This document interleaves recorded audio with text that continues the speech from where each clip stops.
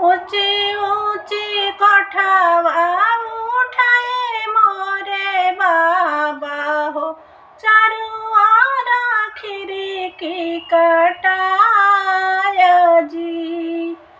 ऊंची ऊंची कोठवा उठाए मोरे बाबा हो, चारों ओर खिड़की कटाय जी। कोठवा के आगे पीछे घूमेले दूल्हे राम, सुगाना पर डाले ले ध्यान जी। कोठवा के आगे पीछे घूमेले दूल्हे राम, सुगाना पर डाले ले ध्यान जी। ओही जे कोठवा पर बैठे सुगनवा हो, भोरावे बोले सीताराम जी। ओही रे कोठवा पर बैठे सुगनवा हो, भोरावे बोले सीताराम जी।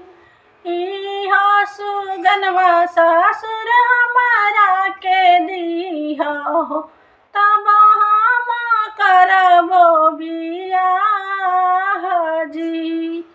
इहो सुगनवा ससुर हमारा के दीहा हो, तब हम करबो बियाह जी।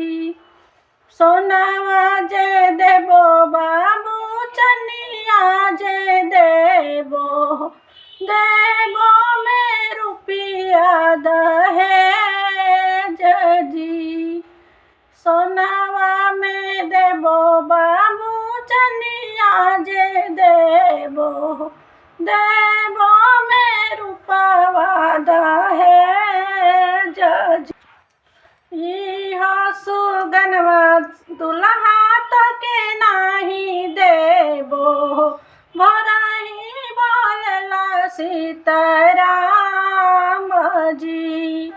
इहो सुगनवा दुल्हा तो के नाही देबो, भोरही बोलला सीताराम जी।